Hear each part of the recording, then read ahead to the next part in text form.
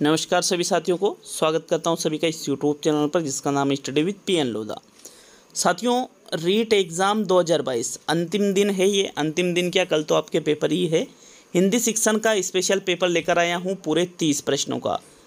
तो देखिएगा, कल के और परसों के पेपर के लिए बेहद उपयोगी है हिंदी के लिए साथियों। पूरे ही प्रश्नों को करके जाइएगा साथियों और एक एक चीज़ को समझने की कोशिश कीजिएगा। तो पूरे 30 प्रश्न हैं बिल्कुल एग्ज़ाम के अकॉर्डिंग। यहाँ पर 25 कर दो, निश्चित रूप से एग्ज़ाम में 25 प्लस सही करोगे आप। तो चलिए शुरू करते हैं आज के इस वीडियो को। पहला प्रश्न देख लेंगे। क्या है कि आपके किस शब्द की संधि सही है? स्त्री प्लस उचित, स्त्रियोचित, नदी प्लस अर्पण, नद्यार्पण, एक प्लस एक, एक एक, और पितृ प्लस अनुमति, पितृअनुमति। तो देखिएगा, संधि सही है। आपको ये देखना है कि भाई संधि किसमें सही हो रही है। तो राइट आंसर देख लेते हैं, स्त्री प्लस उचित। स्त्रियोचित नहीं होता है बल्कि शब्द बनता है स्त्रियोचित, इस प्रकार से। तो फिर ये क्या हो गया, गलत।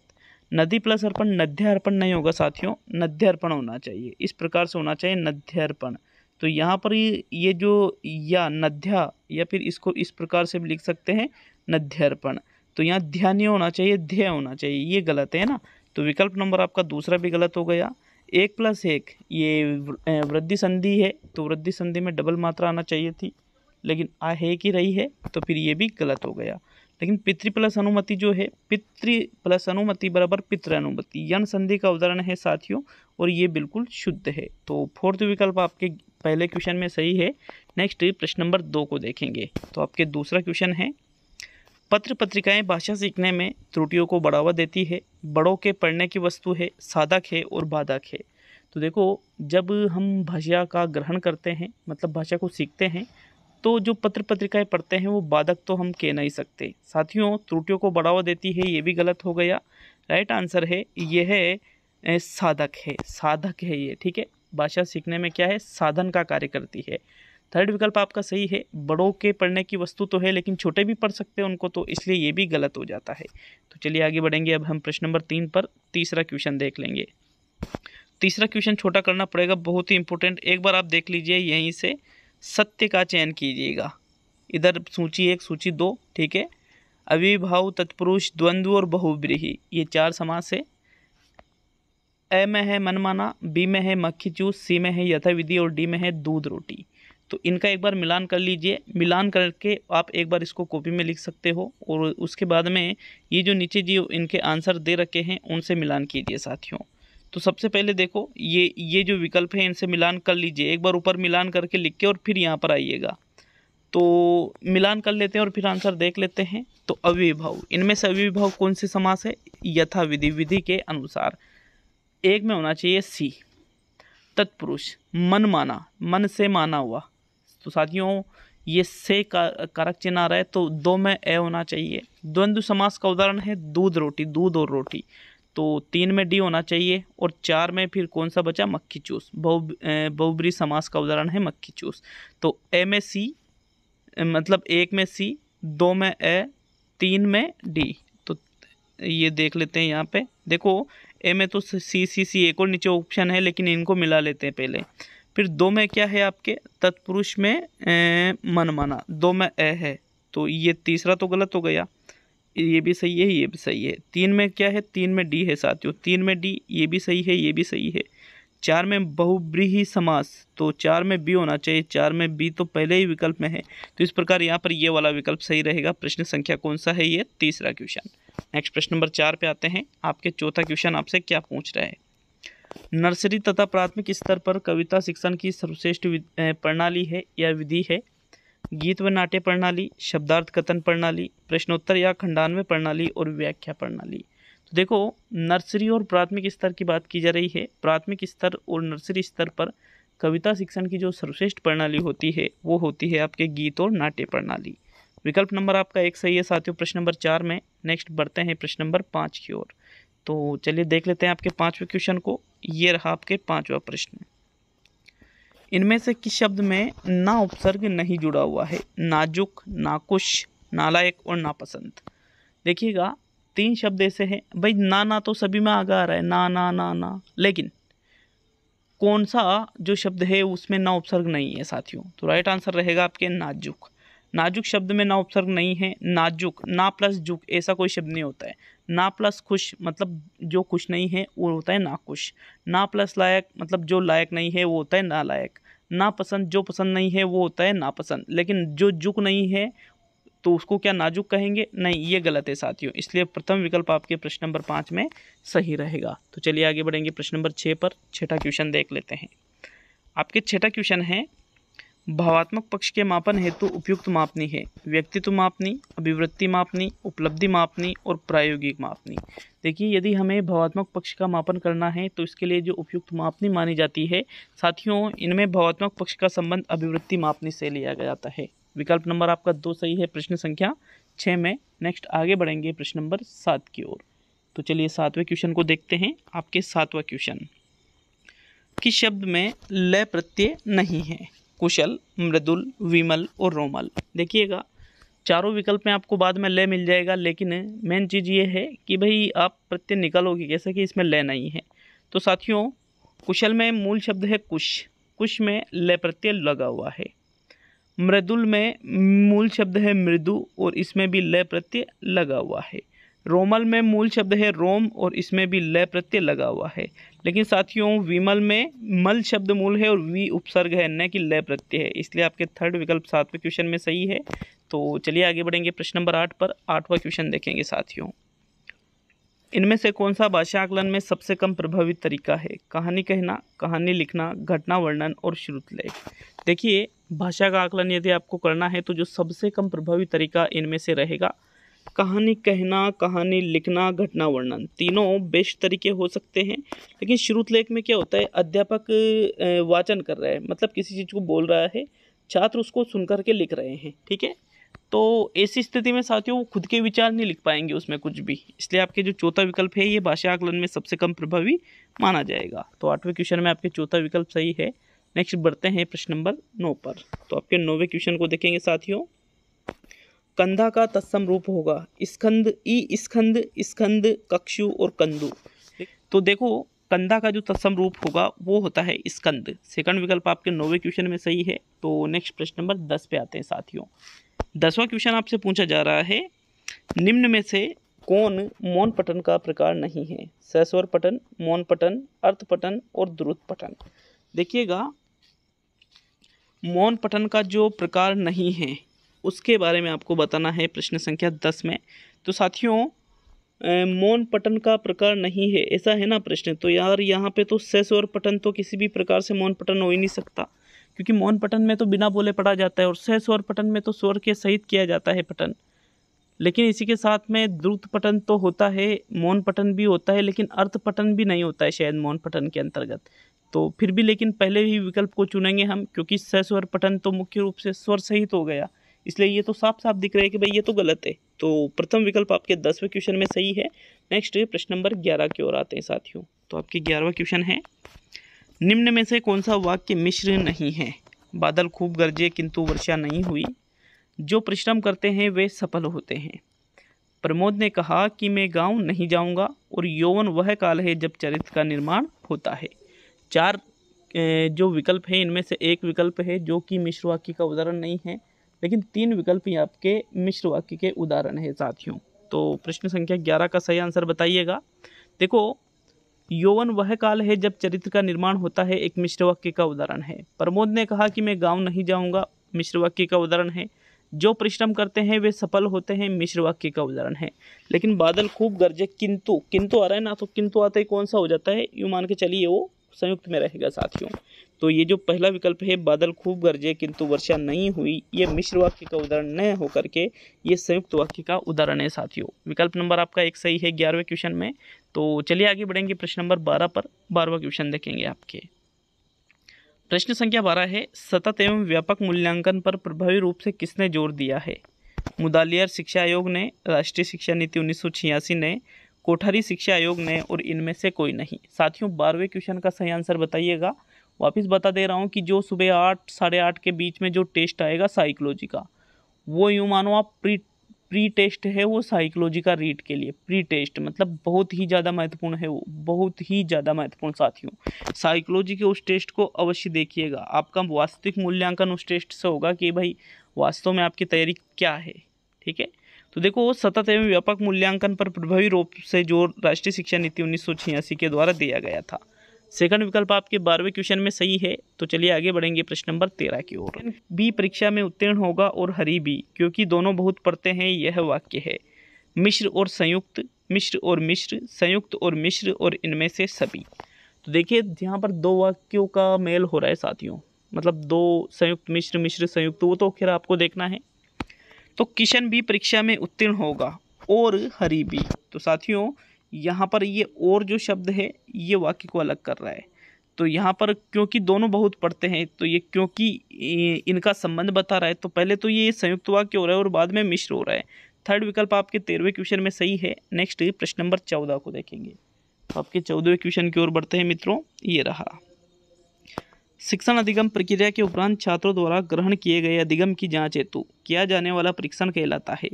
निदानात्मक परीक्षण, उपचारात्मक परीक्षण, उपलब्धि परीक्षण और इनमें से सभी। तो देखो शिक्षण अधिगम प्रक्रिया के उपरांत मतलब बाद में जब हम छात्रों द्वारा ग्रहण किए गए अधिगम की जांच करते हैं तो फिर हम उसको निदानात्मक तो कहेंगे नहीं, क्योंकि निदानात्मक में तो कमियां निकाली जाती है। उपचारात्मक में उनको दूर किया जाता है, साथ ही इसको हम उपलब्धि परीक्षण कहेंगे। विकल्प नंबर आपका 3 सही है प्रश्न नंबर 14 में।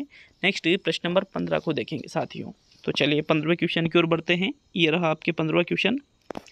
इनमें से कौन सा शब्द धनुष का पर्याय नहीं है? विशिख, कोदंड, चाप और शरासन। साथियों 4 विकल्प है, एक विकल्प ऐसा है जो कि धनुष का पर्याय नहीं है, लेकिन 3 विकल्प ऐसे हैं जो कि धनुष के पर्याय है। तो जो धनुष का पर्याय नहीं है उसका आपको चयन करना है प्रश्न संख्या 15 में। सोचिए, थोड़ा टाइम लग सकता है। देखिएगा 15वें क्वेश्चन का राइट आंसर देख लेते हैं क्या रहेगा। शरासन धनुष का पर्यायवाची है, चाप धनुष का पर्यायवाची है, कोदंड धनुष का पर्यायवाची है, लेकिन विशिख जो शब्द है ये धनुष का नहीं है, ये बाण का पर्यायवाची है साथियों। ठीक है, प्रथम विकल्प आपके प्रश्न संख्या 15 में बिल्कुल सही है। कौन सा विकल्प? प्रथम विकल्प। तो चलिए आगे बढ़ेंगे प्रश्न नंबर 16 की ओर। 16वां क्वेश्चन देख लेते हैं। प्रश्न संख्या 16 है, जिस उद्देश्य के लिए प्रशिक्षण तैयार किया गया है यदि वह उसकी पूर्ति करता है तो वह कहलाएगा। वेद परीक्षण, विश्वसनीय परीक्षण, वस्तुनिष्ठ परीक्षण और विषय परक परीक्षण। देखिएगा 16वें क्वेश्चन में भी थोड़ा टाइम देता हूँ, 5-10 सेकंड का, सोच समझ के दीजिए आंसर। पढ़ लीजिए एक बार वापस क्वेश्चन को कि भाई क्या पूछ रहा है, कैसे उत्तर देना है, क्या आपका उत्तर रहेगा, कौन सा विकल्प रहेगा। तो साथियों 16वें क्वेश्चन में जो राइट आंसर है, जिस उद्देश्य के लिए प्रशिक्षण तैयार किया गया है यदि वह उसकी पूर्ति करता है तो उस परीक्षण को हम वेद परीक्षण कहते हैं। मतलब उद्देश्यों की यदि पूर्ति करे, जिस उद्देश्य के लिए बनाया गया है उसकी, तो फिर वो उसकी वेदता कहलाती है। विकल्प नंबर आपका 1 सही है साथियों प्रश्न संख्या 16 में। तो चलिए आगे बढ़ेंगे प्रश्न नंबर 17 की ओर। आपके 17वां प्रश्न, 17वां क्वेश्चन है आपके, इनमें से किस विकल्प में विलोम शब्द है? ठीक है, खंडन का मंडन, ख्यात का प्रख्यात, विज्ञ का अभिज्ञ और कदाचार का दुराचार। देखिएगा प्रश्न नंबर 17 को, कौन सा विलोम शब्द आपको दिख रहा है? इनमें से सही होना चाहिए, क्योंकि ये प्रश्न ये पूछ रहा है किस विकल्प में विलोम शब्द है, मतलब 1 में ये विलोम शब्द, 3 में विलोम शब्द नहीं है मतलब गलत है। तो 17वें क्वेश्चन में सही आंसर का चुनाव करो साथियों। देख लेते हैं। देखो कदाचार और दुराचार ये कोई विलोम शब्द नहीं है। विज्ञ का अभिज्ञ नहीं होता है साथियों, विज्ञ का भिज्ञ हो सकता है, अभिज्ञ नहीं होगा। ख्यात और प्रख्यात ये दोनों तो सेम है, तो ये भी विलोम शब्द नहीं रहेगा क्योंकि विलोम उल्टा होता है। और खंडन का मंडन ये बिल्कुल एक विलोम शब्द का उदाहरण है। प्रथम विकल्प आपके 17वें क्वेश्चन में सही है मित्रों। तो नेक्स्ट प्रश्न नंबर 18 को देखेंगे। आपके 18वां क्वेश्चन देखिएगा। 18वें क्वेश्चन को, छोटी कक्षाओं में किस तरह का वाचन लाभदायक होता है? सुंदर वाचन लाभदायक होता है, सरल वाचन लाभदायक होता है, एकांत वाचन लाभदायक होता है और सामूहिक वाचन लाभदायक होता है। 18वें क्वेश्चन में राइट आंसर बताइएगा कि भाई आपका कौन सा जो विकल्प है वो सही रहेगा। तो जो छोटी कक्षाएं होती है इसमें साथियों एकांत में तो बच्चों को वाचन करवाएंगे नहीं, सरल वाचन भी नहीं, सुंदर वाचन भी नहीं, बल्कि जो सामूहिक वाचन है ये लाभदायक रहेगा। ठीक है, तो चौथा विकल्प आपके सही है प्रश्न नंबर 18 में, क्योंकि सामूहिक वाचन में सभी एक साथ जब बोलते हैं बच्चे, छोटे बच्चे, देखा होगा अगर आप विद्यालय गए होंगे या फिर जाने ही वाले हैं अब तो साथियों सामूहिक वाचन में क्या होता है, सभी एक साथ बोलते हैं तो उनके बहुत ज़्यादा मजा आता है और वाचन करना भी वो जल्दी सीख जाते हैं। चौथा विकल्प 18वें क्वेश्चन में बिल्कुल सही है। नेक्स्ट प्रश्न नंबर 19 को देखेंगे। तो आपके 19वां क्वेश्चन है, किस विकल्प में वाक्यांश के लिए सही शब्द नहीं है? वह जो किए का उपकार माने कृतज्ञ, वह जो कभी बुरा न हो अजर, सूर्य के अस्त होने का समय प्रदोष और बिना पलक झपकाए निमिलित। तो साथियों यहाँ पर जो वाक्यांश के लिए सही शब्द नहीं है उस विकल्प का आपको चुनाव करना है।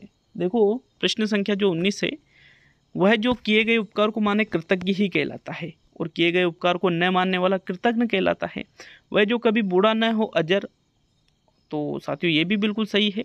सूर्य के अस्त होने का समय प्रदोष ही कहलाता है, लेकिन बिना पलक झपकाए निमिलित नहीं होता है। साथियों बिना पलक झपकाए तो शायद अनिमेश होता है। ठीक है, तो यहाँ पर आपका जो चौथा विकल्प है 19वें क्वेश्चन में, यही आपका आंसर रहेगा। नेक्स्ट प्रश्न नंबर 20 पे आते हैं। तो चलिए 20वें क्वेश्चन को देख लेते हैं। हिंदी शिक्षण के भावनात्मक उद्देश्य के अंतर्गत कौन सी बात आती है? विषय वस्तु का ज्ञान प्राप्त करना, भाषा और साहित्य में रुचि लेना, भाषा तत्वों का ज्ञान प्राप्त करना और रचना कार्य के विभिन्न रूपों का ज्ञान प्राप्त करना। तो देखो भावनात्मक उद्देश्य की बात की जा रही है। भावनात्मक उद्देश्य के अंतर्गत ज्ञान प्राप्त करना नहीं आता है साथियों, बल्कि भाषा और साहित्य में रुचि लेना भावनात्मक उद्देश्य के अंतर्गत आता है। तो सेकंड विकल्प आपके 20वें क्वेश्चन में सही है।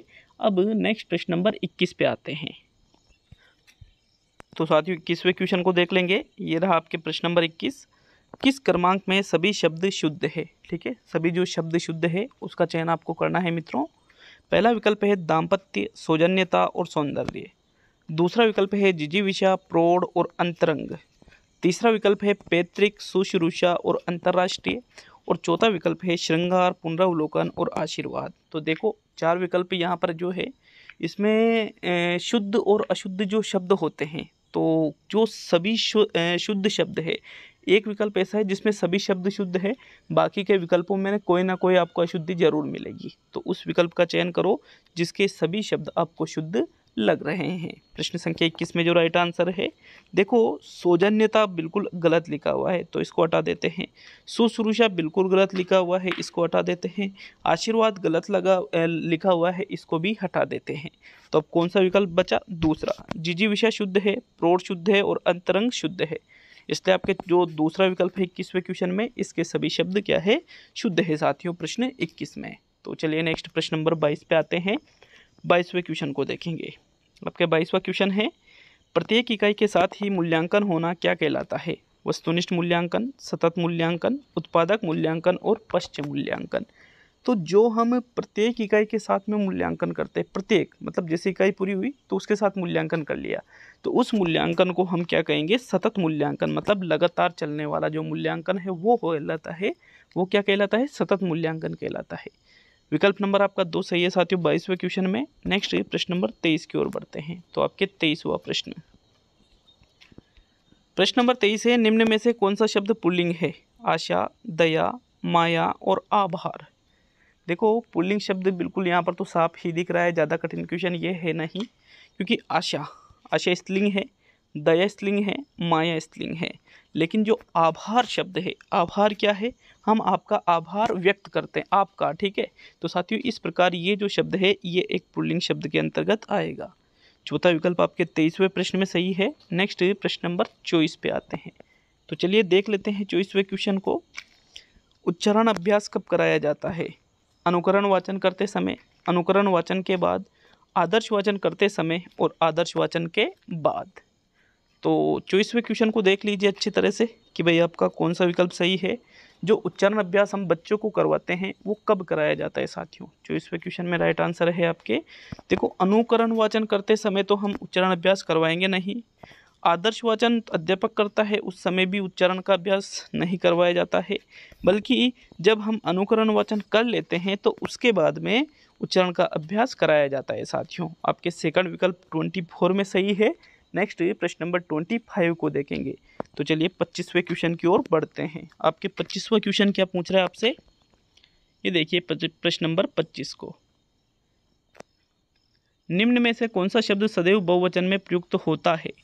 शिशु, भक्ति, पुस्तक और प्राण। तो देखो 3 शब्द है जो सदैव बहुवचन में प्रयुक्त नहीं होते हैं, लेकिन एक शब्द ऐसा है जो सदैव बहुवचन में प्रयुक्त होता है। तो देखो शिशु, शिशु एक वचन है, भक्ति एक वचन है, पुस्तक एक वचन है, लेकिन प्राण जो शब्द है साथियों ये सदैव बहुवचन में होता है। जैसे उसके प्राण पखेरु उड़ गए, तो उड़ गए मतलब उड़ गया होना चाहिए एक वचन में, तो उड़ गए मतलब बहुवचन का ये बोध करा रहा है हमें। तो 25वें क्वेश्चन में जो राइट आंसर है आपके वो रहेगा विकल्प नंबर 4, प्राण शब्द सदैव बहुवचन में प्रयुक्त होता है। तो नेक्स्ट प्रश्न नंबर 26 को देखेंगे। 26वां क्वेश्चन है आपके, शिक्षा एक त्रिमुखी प्रक्रिया है, यह कहने वाले कौन थे? जॉन ड्यूवी, एडम्स, ब्लूम और किलपेट्रिक। तो साथियों शिक्षा को त्रिमुखी प्रक्रिया जिसके द्वारा कहा गया था उसके बारे में आपको बताना है। कोशिश ये रहती है कि 30 मिनट भी आपके 30 क्वेश्चन में न हो किसी भी कंडीशन में।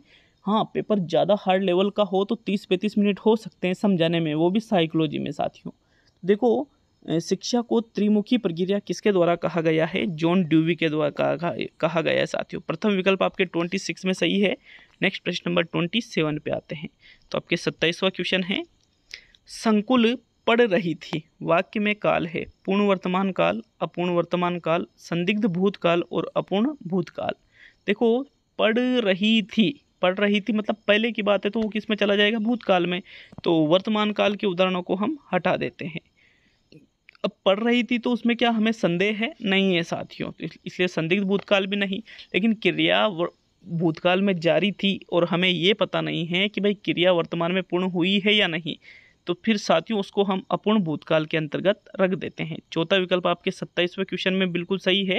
नेक्स्ट प्रश्न नंबर 28 को देखेंगे। तो आपके 28वां क्वेश्चन, शिक्षण की जिस विधि में शिक्षक अत्यधिक सक्रिय व छात्र अत्यधिक निष्क्रिय रहते हैं उस विधि का नाम है अवलोकन विधि, कहानी विधि, प्रश्नोत्तर विधि और नाटकीकरण विधि।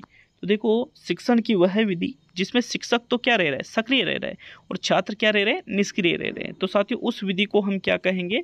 कहानी विधि कहेंगे, क्योंकि कहानी विधि में कहानी कौन कहता है? शिक्षक के द्वारा कहानी कही जाती है और छात्र उस कहानी को क्या कर रहे हैं? सुन रहे हैं।